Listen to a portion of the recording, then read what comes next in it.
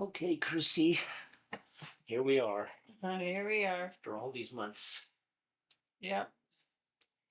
So, can you tell me about why we're here, why we're making this video, and what you had in mind for it? Um, Purely educational. I want other people to know that this is doable, that the medicine is out there for us to use, and we need to be brave and use it. So, the medicine is lethal medication that you've had legally prescribed according to the laws of Colorado, and you're going to take it. Yes, I'm going to take it on Sunday afternoon at about 3 o'clock. Um, I'll be in my bedroom with my children around me, and we're just gonna just have an easy goodbye, and have them experience death.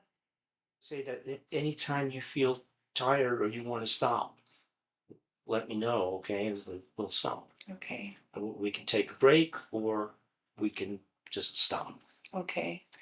And what, so let me ask you one more kind of technical or procedural question. Like, after we make this video, what do you have in mind for it? How would you like me to use it?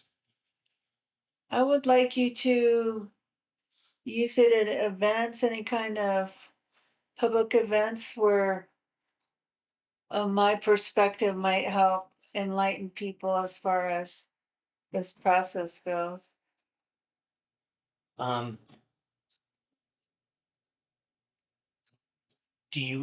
how do you feel about having it posted online?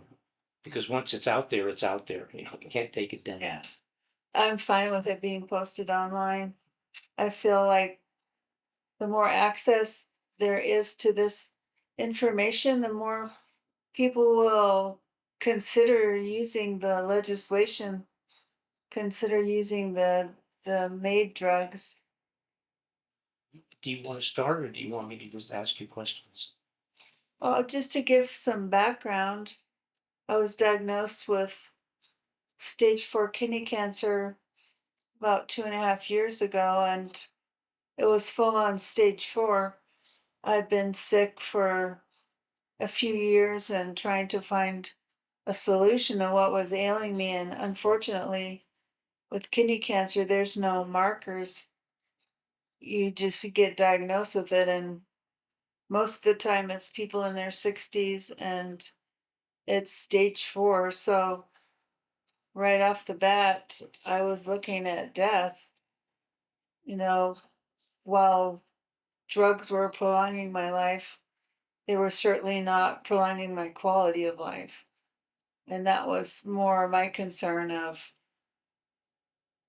um, letting the oncologist have full reign of my health and lack of health, and just prescribing drug after drug after drug to where slowly I lost my quality of life, and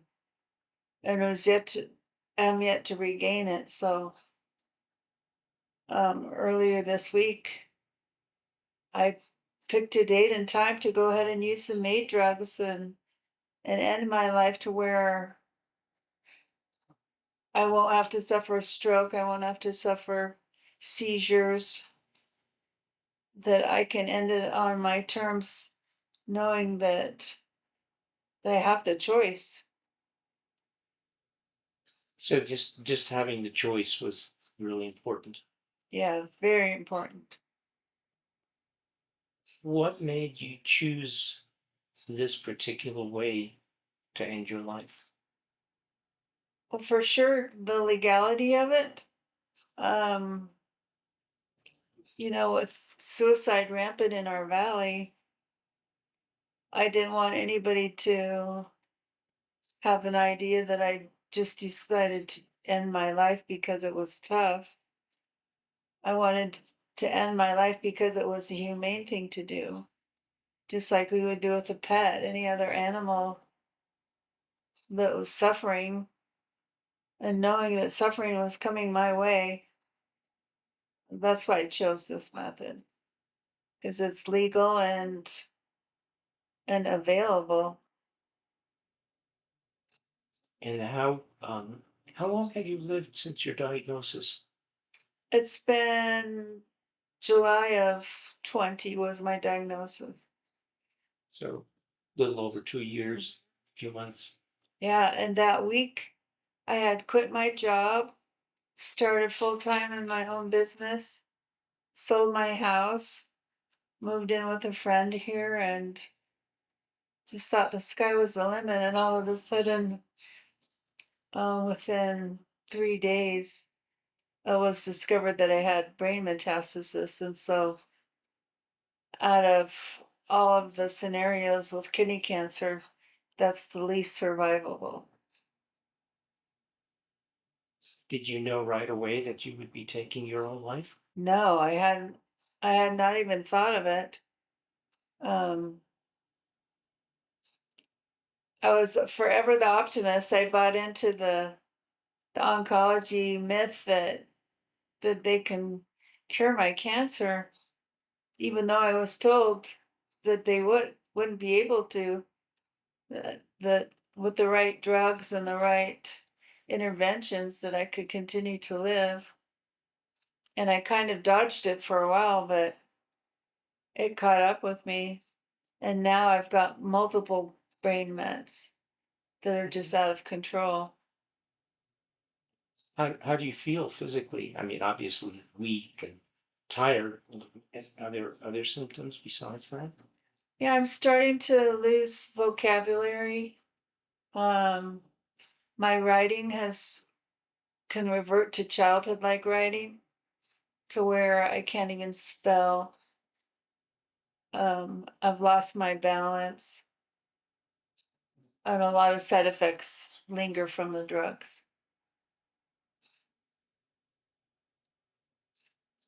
What are you hoping for in terms of your death? I really want to normalize it with my kids. I want them to be there with me. I want us to speak the words death and dying. And I want them to be able to grieve and have a moment of pause after I die, instead of just, rushing on to the funeral home, to just breathe and appreciate our life well lived as a family. When did you make the decision? When did you first know that you would want to take your life and end your life? I shouldn't say take, it's being Uh-huh. taken from you, but end your life in this way. In April, I ended up in the hospital with what was pneumonia but wasn't diagnosed. And I was just treated as if I had cancer and I was dying, and they weren't going to do anything for me.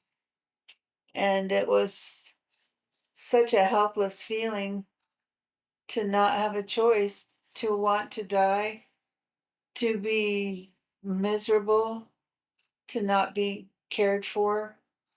And so shortly after that, one of my oncologists visited the hospital room and told me about the MAID drugs, and that I was eligible because of days left to live, and the prognosis of severe brain damage, pretty much from meds. And so I started out with the initial interview with that oncologist. And this oncologist took the initiative to tell you, Yes. good for him. And we had talked about it before in his office, but now that it was time to make the decisions, we actually started filling out the forms, and he did the first interview, and then about 3 weeks later, another physician did the second interview to actually write the prescription. And then they sent the prescription into the compounding pharmacy to where that pharmacist called me and did a brief interview and told me about the drugs and how they would be used. And I agreed to go ahead and have them hold the prescription till I was ready.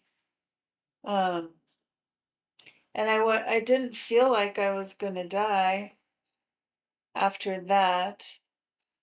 So right now it's October, and my health has changed a lot just in the last week to where I know that my brain is undergoing changes, and I don't want to see how a seizure feels. I don't want to suffer from a stroke. I want to end my life here and avoid all those other horrible things.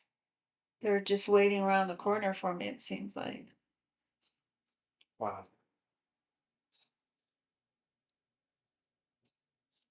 And how does it feel? I mean, I'm 82, right? So I used to think of a much longer future. To me, the future now is 2 years. If I have that long. Uh, You're measuring it in what? what's that? What are you measuring Oh, right. Well, in now terms of the future? it's days. Today's Wednesday, and I plan on ending my life on Sunday. So I have a simple list, a to-do list of things that probably somebody else could take care of, but it's easier for me to get some things in order and um, have some closure as I do it. I think that's the main thing. So today's Wednesday. 4 days. What are your plans for the next 4 days? Well, I just got a little bit more book work to take care of today, paying off some taxes and um, just minor details that I don't want to put off to my son, who's my executor. And then mainly being with family for Thursday and Friday, Saturday, packing up the house as much as can be done before I die on Sunday. You are going to pack up the house. Well, my family's Mhm. doing it. Yeah. At your instruction. Yeah. Yeah. I'm not able to do anything physically right now, just walk back and forth between chairs. Wow. It sounds so unreal to me. Yeah, it is. Just the idea of those drugs and drinking things in order and like a science experiment, but at the end I'll be dead. That'll be the end of my life, and that's really something to wrap your head around, to just because in my world right now, working at my desk, I think, oh, I can do that next week. And then, oh, right, I'm not going to be able to do that next week. Yeah. So I know when we were talking with our friends earlier, you said that in the hospital, when you've been there, they talk about passing on, passing away, and they're afraid of the word death or trained not to use it. What do you think about death? I think we've gotten away from it. I think we've lost the fact that we're born and we die. And there's some kind of magical way to have a formula of youth or elixir to keep us young and we get to live forever, but I like the idea of the full circle of life and death. And speaking of it, we speak of birth all the time, We have uh, baby showers, but death is quiet, and death is almost shameful. And I want to just get back to where we can say death and dying and not passing on, passing through, passing over, because I don't think it gives it the dignity it deserves of a well-lived life. Uh, yeah, I think we just miss out. And so, do you think there is life beyond the point of Sunday? I think there's some continuation. I believe in matter existing and continuing to exist. So I'll just say that I feel in some form that I'll persist. My energy, my matter will persist. And you, Kristi Nichols, that will that persist? I don't think so. Yeah. I think it'll be a conglomeration of electrons and other particles out there that are doing their thing and maybe form in another way. I don't know. But I'm excited about that. You are. Perpetuation, yeah. Whatever comes next, even though there's no you to Right. perceive it. Right. Yeah. Yeah, but I believe in that energy.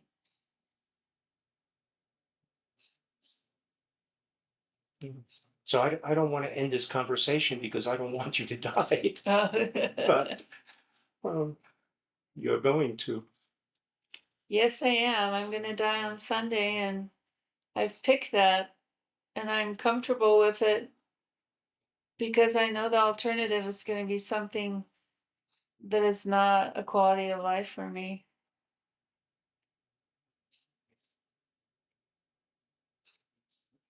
You want to say anything on this? Um, I wasn't prepared to speak here. No, you don't have to. I'm just. No, I just think Um, that it is a beautiful thing that she's doing. We all have the opportunity to spend our last days together, or her last days here on earth with her. We get the ability to say goodbye and know when that's happening, and that's a true treasurable gift. And also, if we don't have to see her quality of life decline to the point that she's not able to leave a bed, she's not able to have a conversation, she gets to do this in a humane, comfortable way. And I have such great respect for her in making that choice and feel like strongly that it's the right thing to do and that it should be available for everybody. There are many states that don't have the ability to offer this to people, and they have to do things die in a painful, inhumane way. And like Kristi said, we don't do that to animals. Why do we do this to humans? My father died August 14th, and in a state where there's not a medical aid in dying, and it was an inhumane death when he suffered greatly in the last few weeks of his life, and not in well, he did not die with dignity, did not die with the quality of life that anybody would choose. And so for Kristi to have the ability to do that, I am very grateful. and so you're losing two parents within 4 months. I am. Were you there with your dad when he died? I was. You're lucky to have been there with both of your parents, Yes. I think. Yeah. But this death will be a beautiful death. It'll be a celebration of our time together and our love for each other in a way that will bring peace and won't be disturbing. Well, have we left anything unsaid I that don't you think want the so. world to know? Nope, that sounds good to me. All right. Well, make this the end point. I'm gonna get up and walk around and turn off all these devices. Okay. Well, thanks, Ron. It's what a gift you have. This, yeah, I mean, this is. I never dreamed I'd be able to talk to someone about this in this way on video and have the opportunity to use it. I don't know how. Yeah, it's amazing.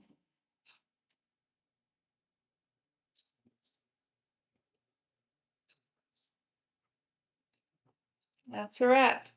That's all right.